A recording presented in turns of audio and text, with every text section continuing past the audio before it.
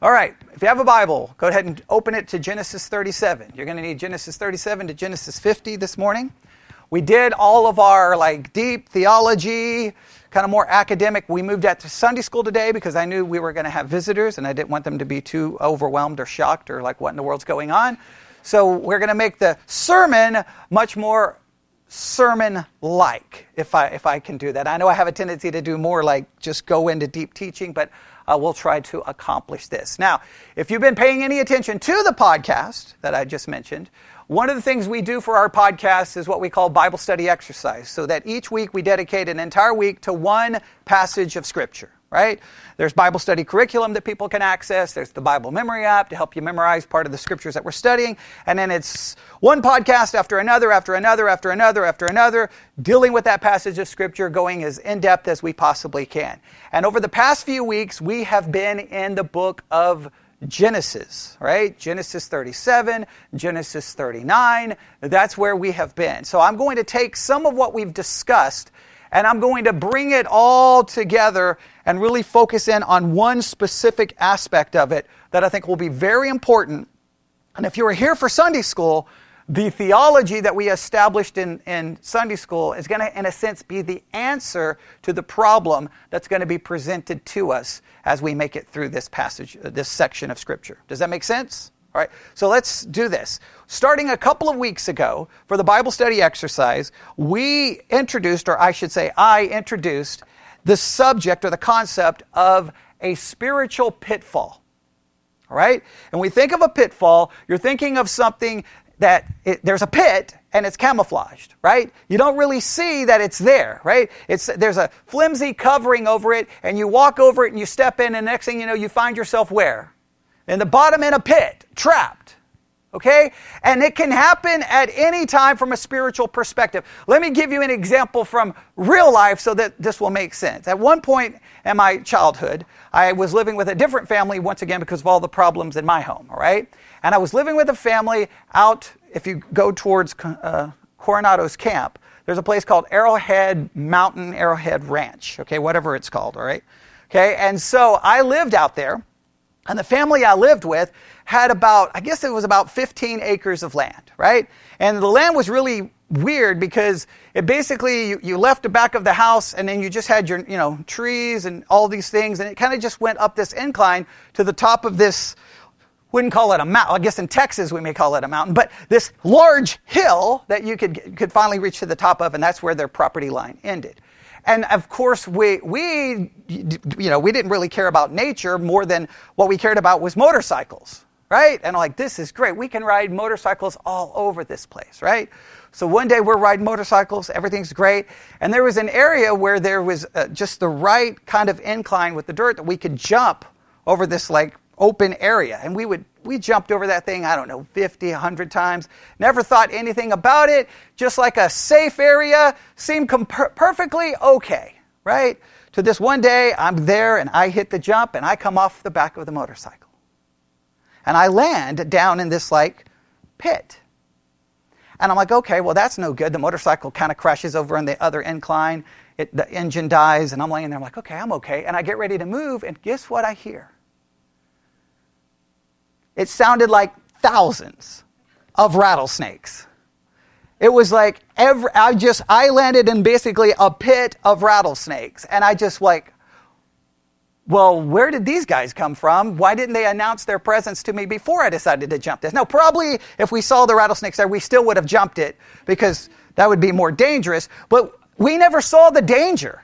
And so I'm just laying there going, okay, what do I do? The people who were with me were like, don't move.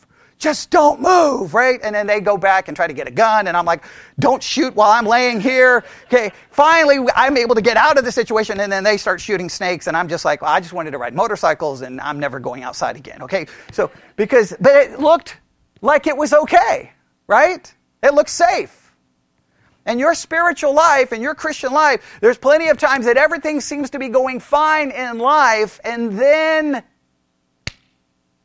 you step on it, and then you're in it, and then they're surrounded, in a sense, by rattlesnakes. Allegorically speaking, okay? But you're there.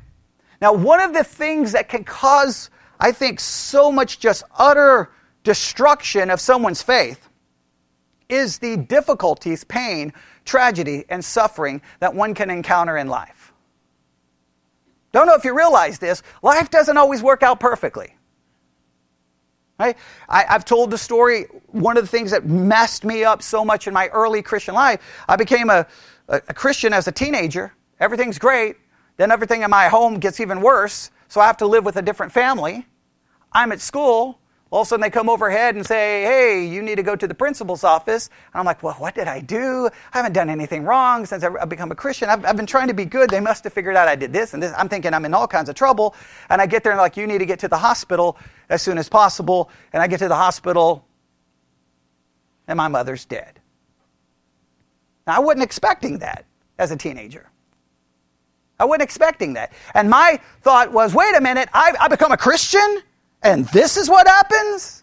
And it led to lots of frustration, lots of bitterness, lots of anger, and of course, everything that took place. I'm not going to go through the whole story, but you understand that it can happen at any point. A little bit of suffering, a little bit of pain, and you feel like your life you don't understand God, you don't understand your Christianity, you don't know what's the purpose. But let me tell you this. You're not the first person to ever feel that way, and you're not the first person to ever go through difficult circumstances. So let's go to Genesis 37 because we have the story of an individual. I don't know if you're aware of this. He faces some pretty difficult situations. And we're going to outline the situations, but what do we want? Here's the thesis this morning. What's the solution to this? We're all going to step on the flimsy covering of life, and we're going to find ourselves in a pit with pain, suffering. It can be horrible tragedy, or it can just be the pressures of life. Whatever it can be, you can find yourself there going, forget it. I'm just, you know what? This doesn't make any sense to me. Where is God? God didn't do what I wanted. I'm sick of all of this. Because I've expressed some of those same feelings in my life. So what's the solution here? Well, does the text even give us a solution? Well, let's just go and establish this person's life because it's pretty interesting. Let's go to Genesis 37 where we're introduced to the family. Genesis 37. And if you've been following along with the Bible study exercises, you know we've covered this in great detail, but you'll get the idea. All right? Genesis 37, let's start in verse 1. And Jacob dwelt in the land wherein his father was a stranger in the land of Canaan. So we're introduced to Jacob, right? These are the generations of Jacob. And then we have the name. Joseph being 17 years old. We have Joseph. So we are going to focus on the life of Joseph, a 17-year-old. Please note, a 17-year-old, right? A teenager, okay? And we're going to look at everything that happens in his life. I can't speak for you, but when I read this story, no matter how many times I've read it, how many times I've studied it, Bible college, Bible institute, doesn't matter where, every time I'm like, well, glad I wasn't Joseph. Because I wouldn't have ended, the book would not end the way it ends with Joseph. It would have ended with probably a lot of things that I could not repeat here and a lot of attempts to do things that would not be right. Okay, you can look at me like you're super spiritual, but I have a feeling you would be in the same boat. So let's see how this starts. So here's Joseph. He's 17 years old. That's great, right? He's out feeding the flock with his brethren. And the lad with the sons of Bilhah and the sons of Zilpah, his father's wives, and Joseph brought unto his father their evil report. So here's Joseph. He's out feeding the flock with his brothers, and clearly he sees his brothers doing something wrong. Now, if you go back into the early church, they make lots of speculation of what he supposedly saw, right? They accuse the brothers of bestiality. They accuse them of sodomy. They accuse them of all kinds of things. The church fathers just went crazy. Like, let's write down every sin in the world. That's what they were committing. We don't know what they were doing. We don't even know if it was that bad. But Joseph decides he's going to do what? He's going to run home and say, Dad, guess what the brothers were doing, right? Now, whether this was a good thing or a bad thing, he goes and tells on his brothers. And we kind of get some insight maybe why he's so quick to go tell on his brothers. And why is he so quick to tell on his brothers? Verse 3. Now, Israel, that's Jacob, loved Joseph more than all his children because he was the son of his old age. Joseph, his dad's what? Favorite. And when you're the favorite, what's one thing you can always do?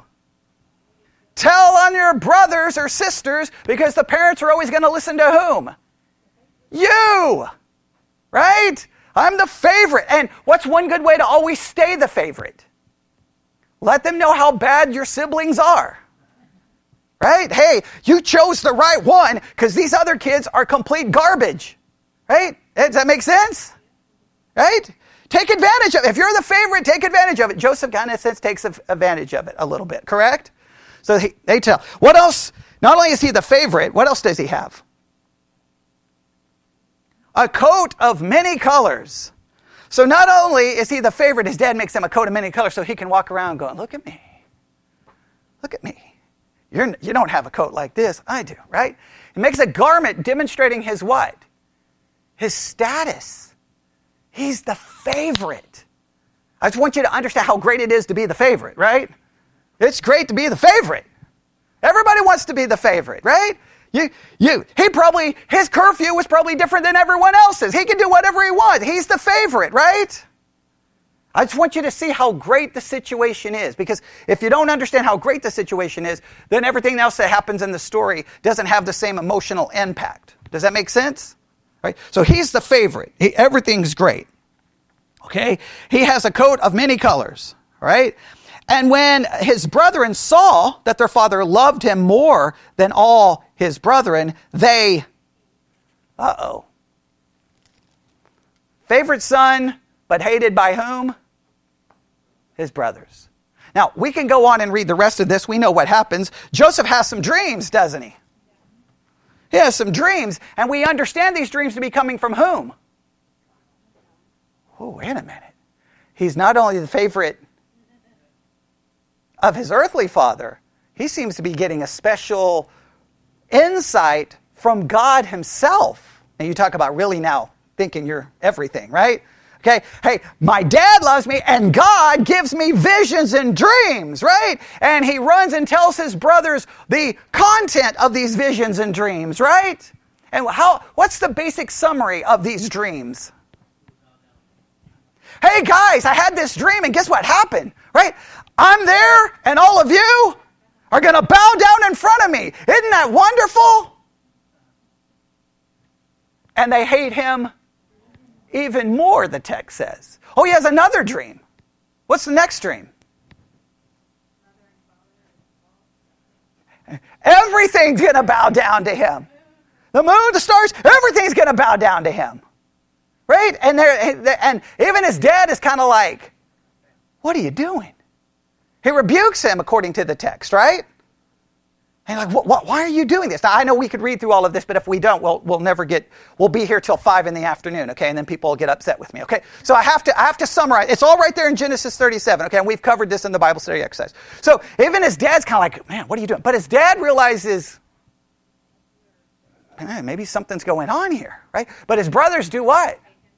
I love how the text keeps saying, they hate him even more. They hate him. Like, I thought I hated you more than ever, but now I hate you even more. Like, I don't know how much more hate can be, but they're really getting upset with him. Really getting upset. So the brothers do what? They go off to feed the flock again, which is kind of interesting because his dad's like, hey, go check on your brothers, right? And Joseph goes looking for them and he can't find them. It's almost like they're like, hey, don't let Joseph know where we are. We don't want Joseph showing up. Right? So, but while they're off feeding the flock, someone obviously comes up with an idea. Hey, you know Joseph? Like they basically, show of hands, does any of you like him? No. How much do you not like him? Someone suggests they do what? Kill him. Now when you go from the favorite son to your brothers wanting to kill you, that's a bad situation. Now, we read it, and just remember, sometimes when we read these stories in a very one-dimensional way. All right? Put yourself in that situation. Those are your brothers. And now they want you to die. Not figuratively speaking, literally. Your own brothers want you to die. Joseph doesn't have a clue. He's still walking around in his coat of many colors, right? He's off running around. He's going to go find his brother still wearing the coat of many colors, right? He thinks everything's great. It's almost as if he doesn't even understand how much they hate him. He seems oblivious to it, right? He seems oblivious. So he goes out. He's going to find his brothers, and look what happens. Verse 18 of chapter 37. I know I did a lot of paraphrasing everything. And when they saw him afar off, even before he came near unto them, they did what? They conspired against him to slay him, and they said one to another, behold, the dreamer cometh. That's mocking. Oh, here comes the dreamer. I wonder what dream he's going to have for us today. Is he going to tell us that we're going to bow down 5 times? Right? They're not happy with him. And so what did they decide to do? Come now, therefore, let us slay him, cast him into some pit. You see why we talked about spiritual pitfalls for the last couple of weeks?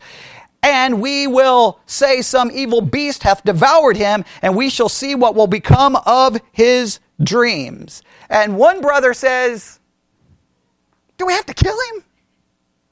I mean, I don't like him either, but do we have to go that far? And so what did they come up with an idea? They leave him in the pit, and what do they ultimately come up with? This great plan. A great plan. Well, hey, if we kill him, we don't get anything. I got an idea. Let's sell him as a slave. Now, I want you to realize, when you go from favorite son to laying in a pit, hearing your brothers decide if they're going to kill you or let you live, and then the next thing you know, you're sold as a slave. I don't know about you, that changes your perspective on life really, really quick. And where do you think? What would be your thinking? Just now, remember, I know we're in church. We're supposed to give church answers, but I can't stand that, right? No church answers are allowed in church, okay? Because we're not being real. What would your thinking be? I'm laying in that pit. As soon as I get out of here, they're going to be in so much trouble. Okay, yeah, your first thinking is, if I can get back to Dad, they're in trouble. My thinking would be, hey, God, Those dreams. they're not bowing down right now. I guess you are too spiritual to think that way. I'd be thinking that way. I'd be like, God, hey, did you forget? I'm in a pit here, and it sounds like the plan doesn't sound good. It's not working. I mean, I'd be down in the pit. Hey, guys, you're supposed to be bowing down in front of me. I would be trying to remind them of the dream, right? I don't know what I would be saying. Okay? I'd be reminding God of that. I would be reminding everyone. The people who bought me as a slave, I'd be like, hey, no. People are supposed to bow down to me. What are you doing, right? I would be telling everyone. But guess what? It wouldn't change my circumstance. He's in a bad circumstance. Would everyone agree this is not a good situation? Okay, so he is sold into slavery. Who is he sold to? Chapter 37, starting in verse 28. He ultimately gets bought by the Ishmaelites, correct? All right. Then we have kind of, and if you go to verse 36, 36, and the Midianites sold him into Egypt unto Potiphar, an officer of Pharaoh's and captain of the guard. So he gets passed around, and he's now going to be, where is he going to go? Into Egypt. And I love how the text does something. I love the way the text does something. That's chapter 37, right? What happens in chapter 38? I think this is done on purpose. Is Joseph mentioned in 38?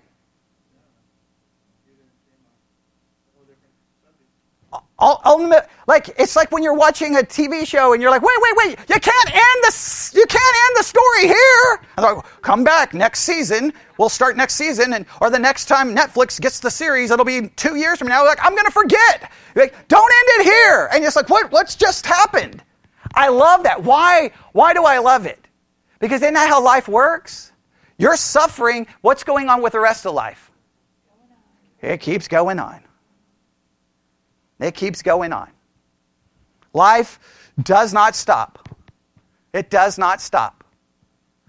When after my mother died, everything went downhill for me. Bad. And about 20 miles that way, in the middle of nowhere, on about a 3,000-acre ranch, I was living with a different family.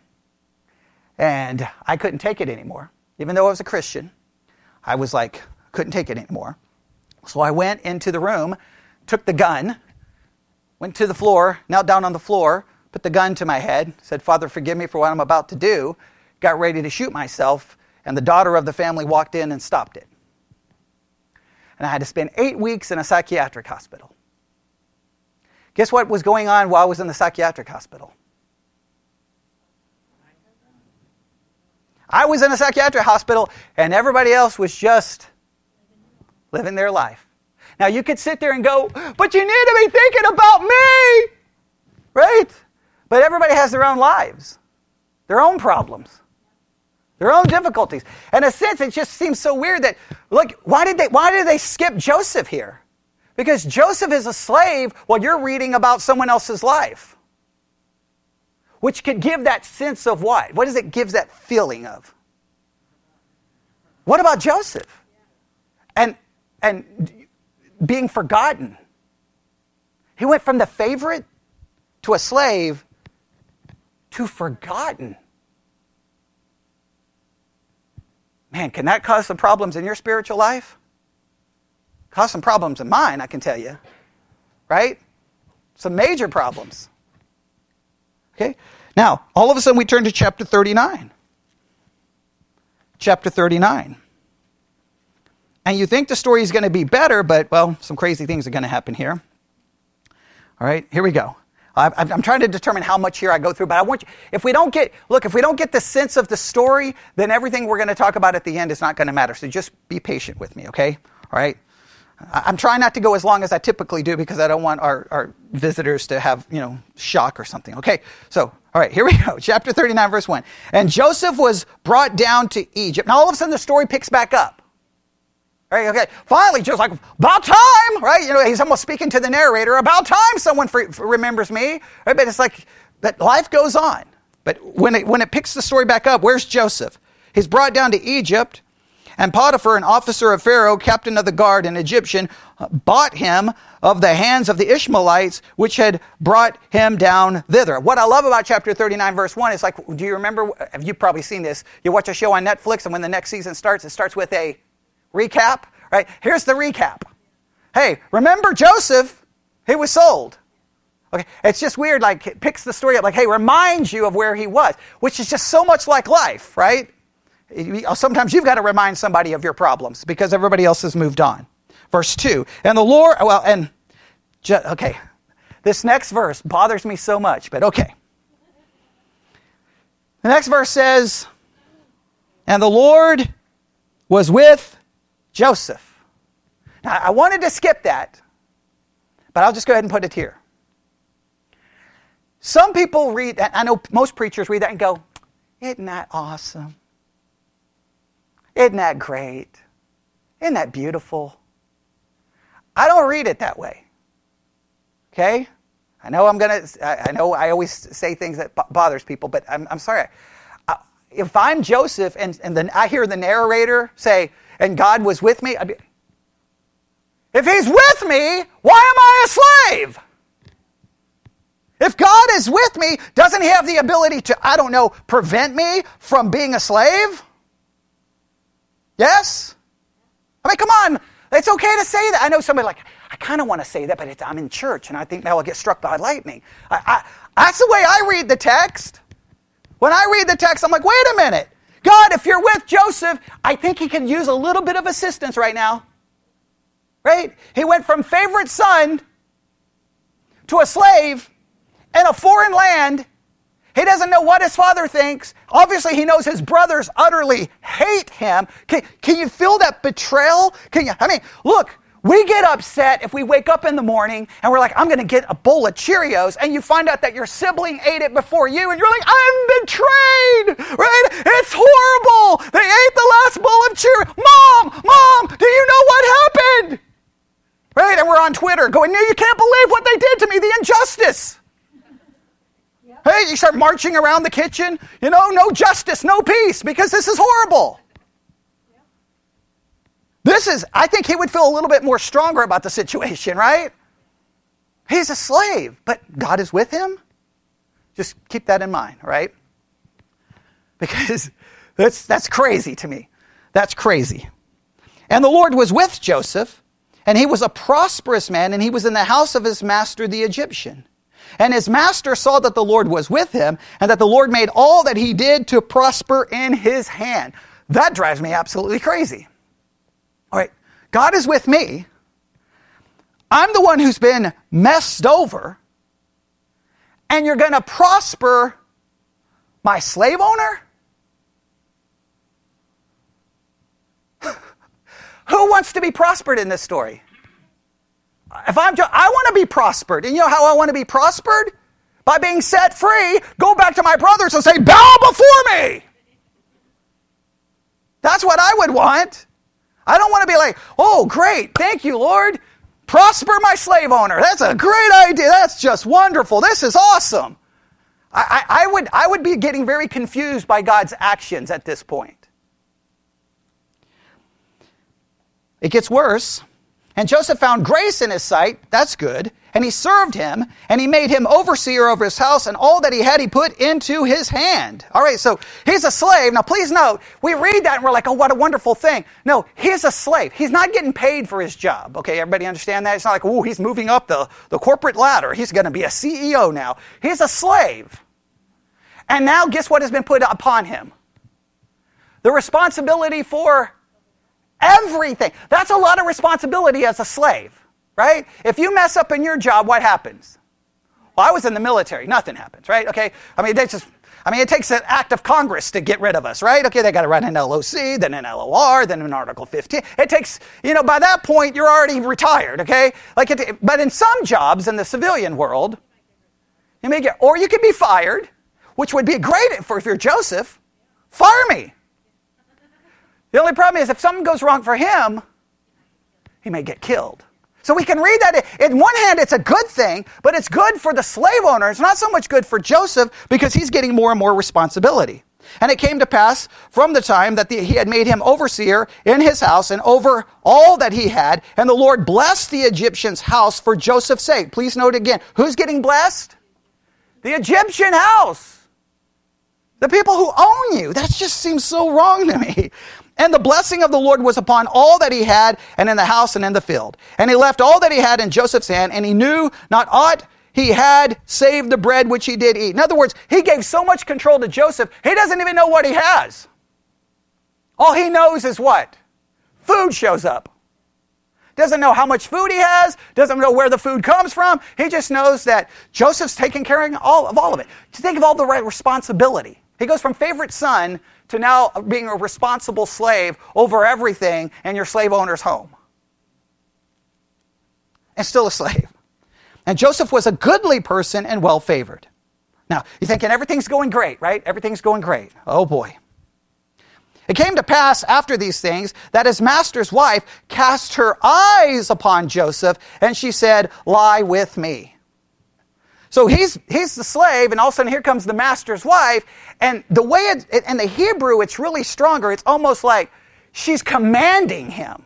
Like she's using her position and her power to say, you will have a physical relationship with me. She's not really giving him it's not like, would you like to? It's more of like, you will.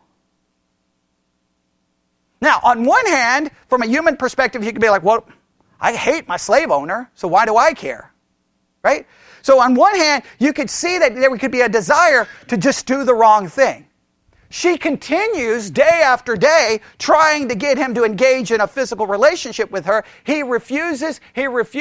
One day he's in the house. She tries again, and he takes off running. He runs, and you're like, whoa, Joseph, he still cares about God and still does about doing the right thing even when he's a slave. And you're like, way to go, Joseph. Right? That's awesome. He's so godly. And then what happens? He gets accused of doing something to the master's wife. And he ends up where? In prison. Is that not crazy to you? He's the favorite son. Now he went from favored slave to now he's in prison. I don't know. And he's falsely accused.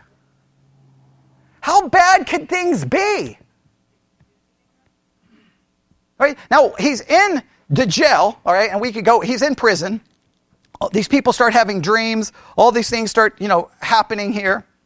And he tells them, hey, okay, look, if you want me to interpret your dream, I just got a request. Don't forget about me, right? Help me get out of prison. So that at least, why do I love that part of the story? Because it shows Joseph, because sometimes there's Joseph walking around with a halo, and he's just sitting in prison going, I love it here. Now this shows that he wants out. He probably wants out to go where? Back home. So he's like, guys, don't forget me. And what do? He interprets their dreams, and guess what happens?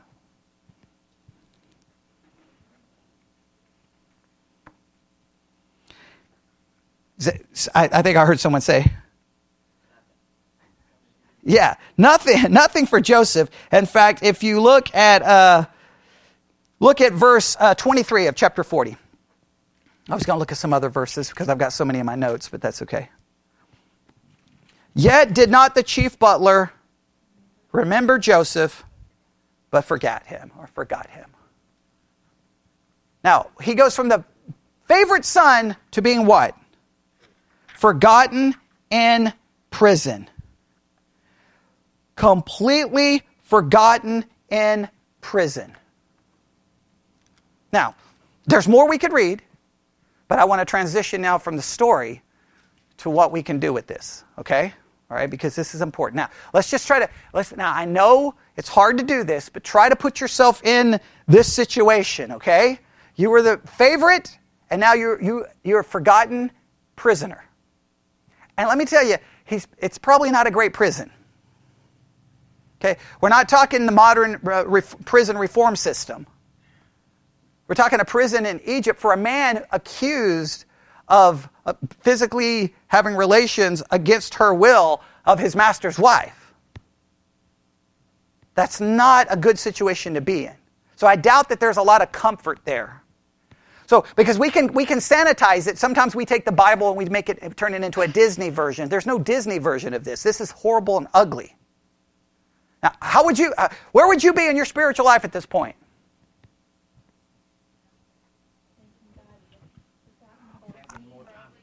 I would have some time to talk to God, but I don't think my conversations would be so good. I'm just going to be honest with you. I would be mad. I'd be grumbling, complaining, upset, going, you gave me a dream, and this is where I am. This is not, I'm falsely accused. You've abandoned me. You don't care about me. And then I would be like, I'm going to get to my brothers. I'm going to kill every single one of them. I would be furious. I'd be angry. I'd be upset. I'd be mad at the whole world. I'd be mad at every Egyptian. I'd be mad at the Ishmaelites. I'd be mad at all of my brothers. I'd be mad at everyone. I'd be like, forget the whole world.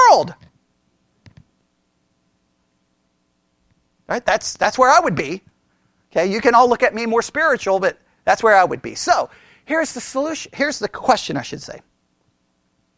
What's the biblical solution to finding yourself forgotten in prison? Falsely accused. And your brothers want you dead. Now, we could say, well, okay, the church answer would probably be all the things you're not supposed to do, right? That's usually the church answer. Don't do what? Don't be filled with hate. Make sure you forgive. And we would go through. I am not in any way saying those things are not true. I'm saying that just giving someone a list of what they can and can't do typically is not super helpful in this particular situation, right? Someone comes to me and goes, Pastor, you're not going to believe what my family did to me. Well, here's a list of rules. Do this and don't do that. Thank you, Pastor. That really helped me a lot. Okay? You're probably going to be like, I don't want a list of rules. Because the list of rules are of no assistance if you forget one major, absolutely critical aspect to this entire story that seems to indicate, it kind of indicates maybe why Joseph handles this in such a good way, because I wouldn't handle it the way Joseph handles this. And we're going to see how Joseph handles it by the time we're done. Are you ready? Here we go. I'm going to just walk us through some steps here. All right? Here's step number 1, and this is the only step I really care about. All right? The other ones, I've got 6. All right? Now I know that's dangerous, but I'm going to go through these as quickly as I can. All right? How do we handle this? Number 1, God awareness over being imprisoned by your circumstances. God awareness. Now, this is a double-edged sword. All right? This is a double-edged sword. Because you can be so aware of God that it can lead to bitterness. Yes? But this is a God awareness that understands what? God's sovereign control. That life is not about your purpose, but God's purpose. And that your life is not about your comfort, your rights, but about God's glory. See how this ties in with Sunday school? This is an awareness about God. It's hard to have that awareness because in some cases, the more awareness you have of God, the more frustrated you may become with God. But it's an understanding that this is not just happening by random chance. This is just not happening because of bad people. That somehow God is involved in it for His purpose and His glory. Now remember, everyone looks at life either from a theistic point of view or an atheistic point of view, right? An atheistic point of view would just be like, well, bad things happen.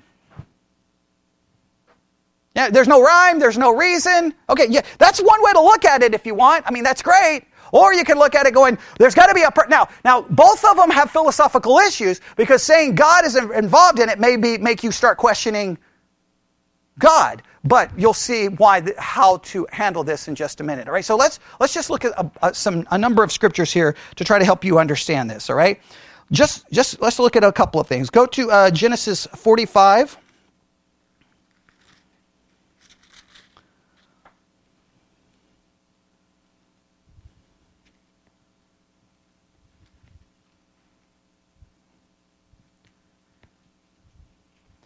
This is absolutely crazy here. Genesis 45.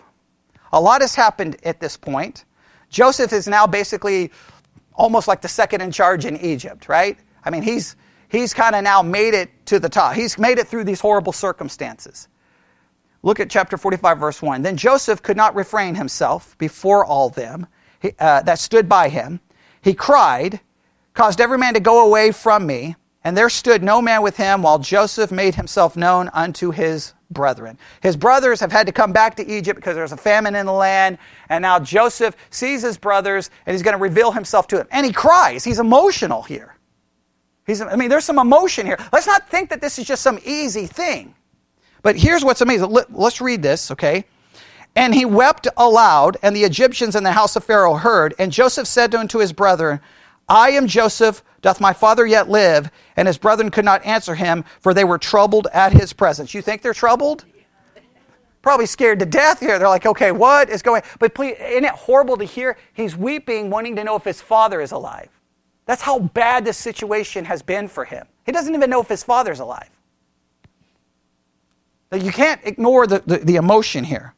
And Joseph said unto his brethren, come near to me, I pray you. And they came near, and he said, I am Joseph your brother, whom you sold into Egypt. Now therefore be not grieved, nor angry with yourselves, that you sold me hither, for God did send me before you to preserve life. Verse 7. And God sent me before you to preserve you a posterity in the earth and to save your lives by a great deliverance. Verse 8, so now it was not you that sent me hither, but God.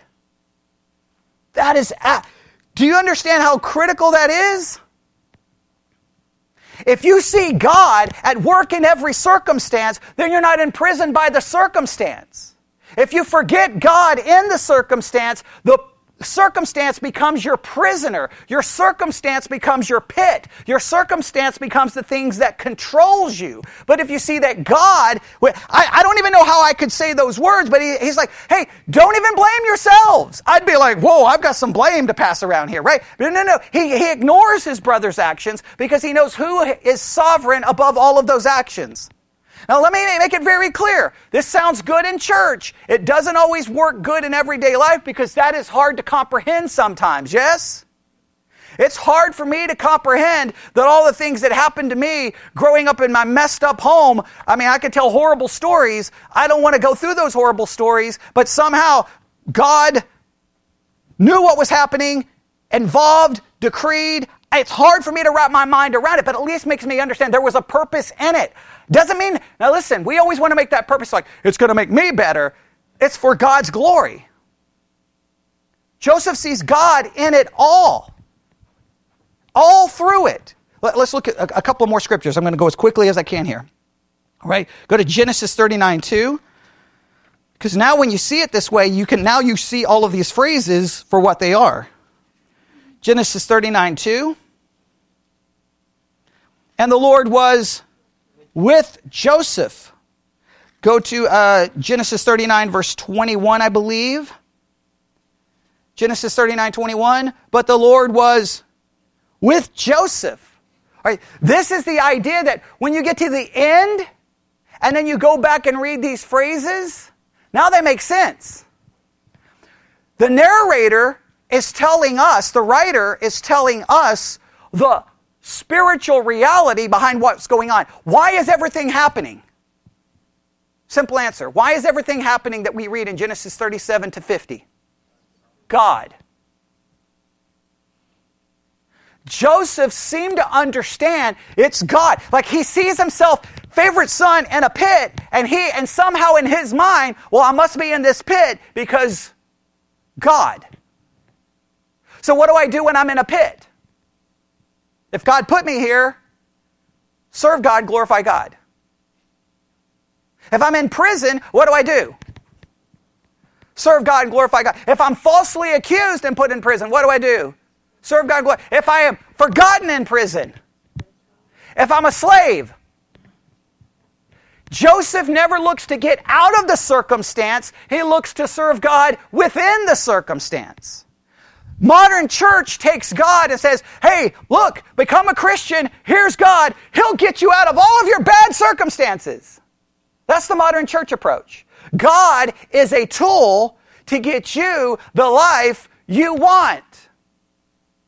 God isn't a tool to give you the life you want. You were created by Him for Him. He wasn't created for you. It's almost like in psychology, they constantly will say the reason many people believe in God is because they need a psychological crutch in which to understand life. And I've always, whenever I took psychology in college, I would always want to say, have you ever read the Bible? Because I don't find a psychological crutch with God. I find some psychological problems. God is not a crutch to help you. No, what we read is God is sovereign and I'm made by Him for Him. But see, if I'm aware of God in everything, then guess what I'm doing? I'm not looking for God to get me out of it. I'm looking to serve God in it. See, you know how this would work. If you're on Facebook or any social media and you start going, man, this is happening to me. My brothers are trying to kill me. This is happening to me. And then you would get some Christian going, all things work together for good. God's going to fix all of your problems. Where one door closes and a window opens, like all the little cliches, and you're just like, oh, just stop talking. Okay. Just pray and have faith. It's all going to work out. Now, I understand that their intentions are good. Okay, their intentions are good. But, I just know when I was standing at the grave of my mom, all the crazy things people said, I'm like, what? Just stop talking to me, please. Just stop. It's horrible, okay? The situation is you have to see that God is in it, and He may not be the path out of it, but He is the purpose in it. Did everybody hear what I just said? You have to see God in it. He may not be the path out of it. He is the purpose within it. So in your circumstance, what is your responsibility? Serve God and glorify Him. Joseph wasn't saying, get me out of prison! Now he tried, but from God's perspective, he just seemed to do what? Accept whatever the situation was.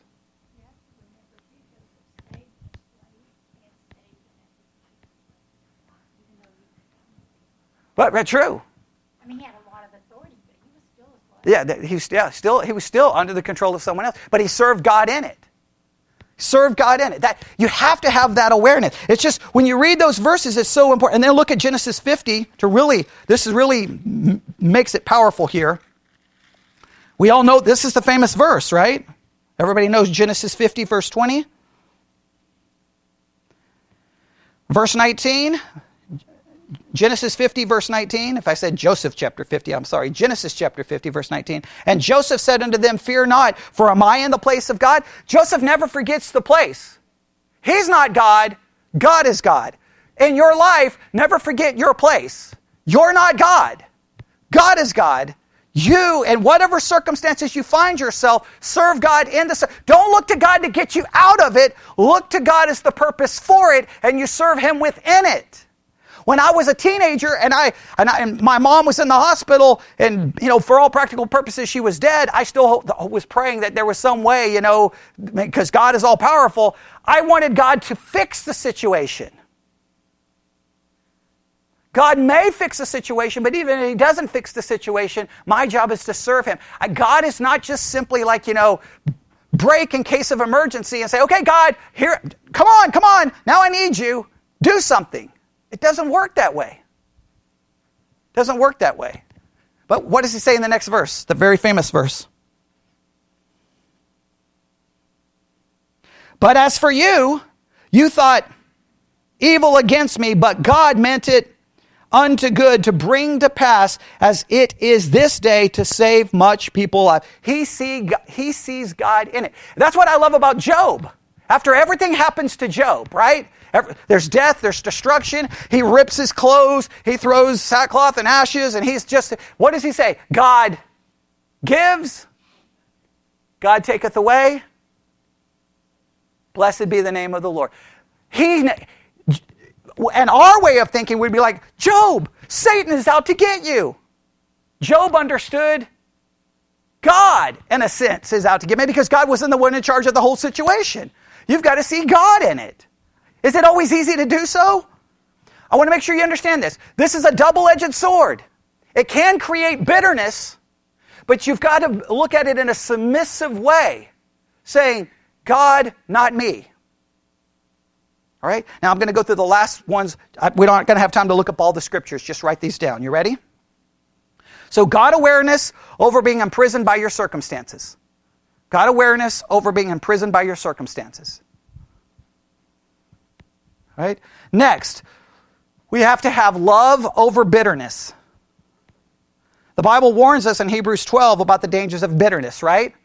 Bitterness is like a root, and it will just spring forth and just eat at you and destroy every aspect of your life. You cannot allow bitterness to do so. And trust me, it's hard not to be bitter when bad things happen. One of the last things I had to do before I left the hospital after I tried to kill myself, being in the psych ward for 8 weeks, one of the last things I had to do is write a letter to my mom. And I had to go to the Buffalo Gap Cemetery and read a letter to my mom. And guess what that letter was filled with? Oh, there was some bitterness. Because she did some messed up stuff to me. Messed up. Have you ever been tied up in a closet and burned with a curling iron? That's hard to get over when your mom does it to you. Right? That's some messed up stuff. Right? That can mess you up. But you know what? We have to replace bitterness. Love has to be over that bitterness. Now, I'm not saying I ever have it figured out. But the Bible said that I have to love who? This hardest thing in the Bible, Jesus says in the Sermon on the Mount. Love your enemy. Whew. Man, it's hard enough to love people I like. Oh, come on. All right? How quickly we get upset with people we love, right? What are you doing? Right? We get upset over it. Some of you may have the problem driving home from church, right? You'll get in a fight with each other on the way home, right? Or at church, okay, right? Loving your enemy is hard. Now listen, you can't love your enemy until you have a God awareness that you see God in your enemy. What do I mean, see God in your enemy? Every person is created in the image of God. You know, when I see people, sometimes I don't see the image of God. Oh, come on. You know, maybe even people you work with, you go, man, I hate that person. That person drives me crazy. I don't see it. Oh, there's the image of God, an eternal soul. I'm like, that's a jerk. I can't stand that person. Man. I mean, I've worked with people. I'm like, man, if I'm in the military. If I can get orders, I don't care if they can send me to the middle of the desert. Any place is better than working with this guy. Guess what? I wasn't seeing the image of God.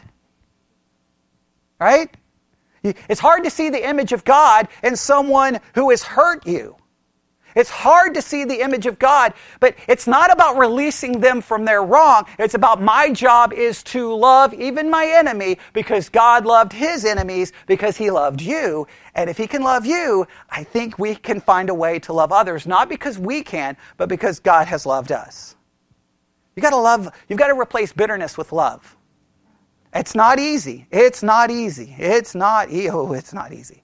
I struggle every day. You say, well, you wrote that letter to your mom. Was everything great? It's been a lot of years and I still struggle. My sister, who was a massive drug addict, basically almost destroyed her life with heroin and meth and ended up basically homeless in Michigan somewhere. Well, over the last couple of months, she's made a profession of faith. She's gotten baptized. Now she's going to AA meetings and trying to get clean, praise God. But she just called me the other night saying, hey, I'm in that step. I got to write a letter to our parents. And she's asking me what to do. And I'm like, there's no easy answer here.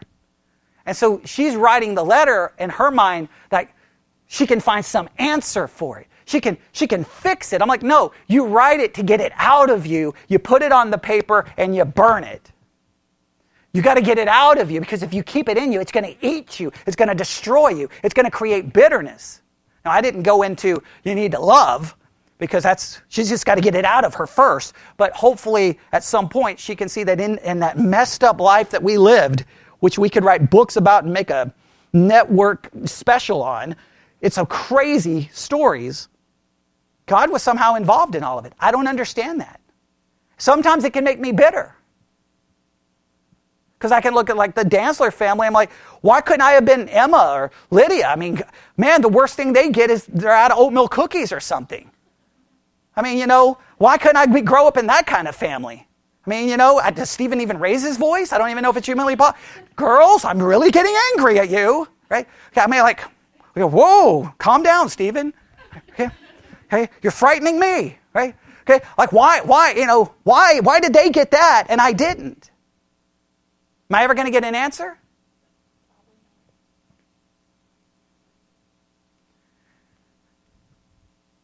But I know that God is the purpose in it.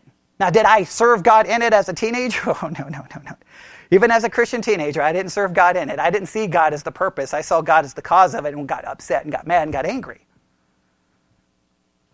We got to replace that bitterness with love. I'm not saying it's easy. Look, I don't know everyone in here. I don't know what you've gone through. I'm by no means saying just love them. It's simple. No, I'm just saying God tells you to love your enemy. I have a hard time with that. And I know in our culture today, even within the church, we have our political enemies, and we sometimes don't respond to them in love, and we don't respond to them as seeing them in the image of God. We just see their politics. And we got to get past seeing people based off those external things. We got to see that they're creating the image of God, and we're to love even our enemy. That's not easy to do.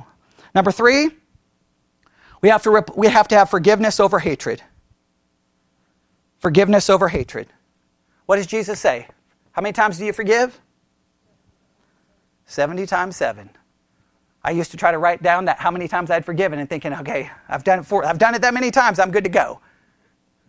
Then someone kind of explained to me, no, that's just saying you keep forgiving. And I'm like, oh, well, that's kind of garbage. I was hoping I was getting to the limit, okay, because I was saving up a whole bunch of stuff, okay? I was like, that's it. I was going to call them on the phone going, you're over the limit. I'm coming for you now, okay?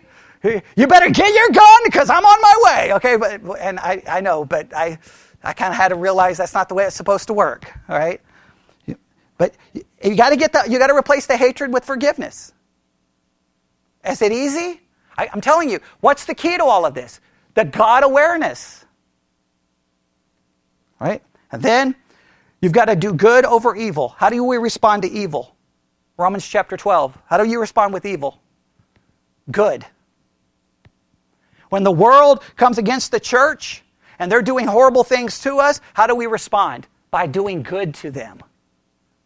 Not yelling and screaming and fighting and protesting. And we do good to the world that wants to do evil to us. I know that's a forgotten concept. It's in Romans 12. It's still there. Okay, if anybody has forgotten it. And then the last two. God's glory over self. That's 1 Corinthians 10:31. You've got to focus on God's glory over yourself. What's most important in life? God's glory, not your happiness. What's most important in life? God's glory, not your comfort.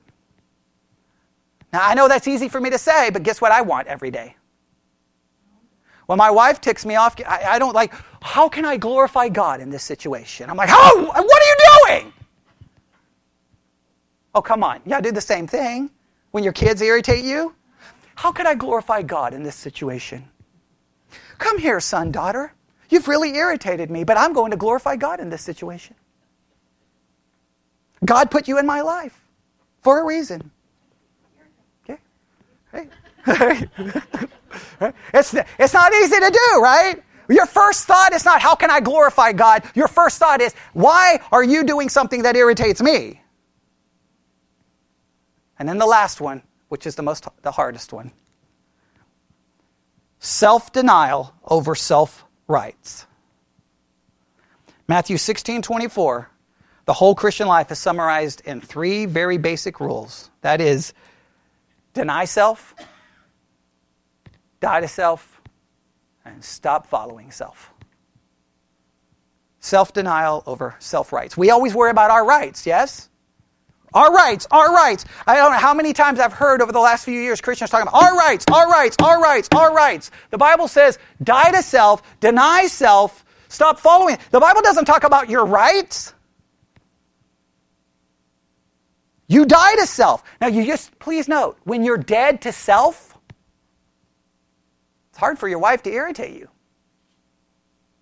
We can all get in the car. We can go down this road about 2 miles. There's a cemetery on the right. We can do this. I'll videotape it for YouTube. Y'all run through the cemetery trying to irritate everyone.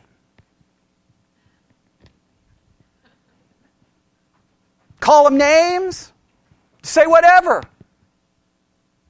Anybody going to get irritated in that cemetery? Maybe the people who live right next to the cemetery go, what are these crazy people doing? Because they're dead. When we're dead to self, circumstance can't bother me because I'm dead to self. I'm aware of God, not self. Family can't irritate me. You're trying to irritate a dead person. That's next time my wife bothers me. I'm going to say, you're trying to bother a dead person. I'm not moved by you. Right? And then I'll walk away going, I looked more spiritual than she did. Yeah. Then I'll try to use my spirituality to show you, like, hey, woman, see, I'm the more spiritual one here. So yeah, I'll even try to use that because then we clothe everything in a robe of self-righteousness. Okay, that's a whole different sermon. But you understand, just Joseph died to self, denied self. He wasn't following self.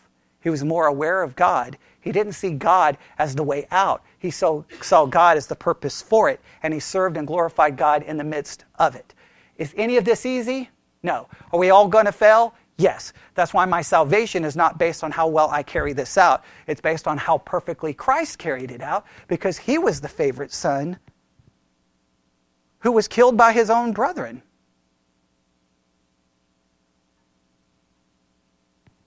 But not his will, God's will. And he said, hey, I came to glorify my Father. That is the answer to the situation. We all have to struggle together with it. Let's pray. Lord God, we come before you this afternoon.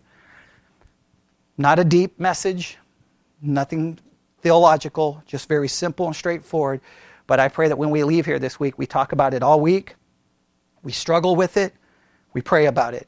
Because these are such important lessons that we fall so short of. And we thank you that because we fall short, you sent your Son to die for us so that we could be saved by a perfection and a righteousness that which we will never actually carry out. Because without that, we would be condemned. And we are thankful that because of that mercy and that grace, we are now a son of God and co-heirs with Christ. Not because we deserve it, but because of mercy and grace. Let us never forget that and never take it for granted. And we ask this in Jesus' name. And God's people said,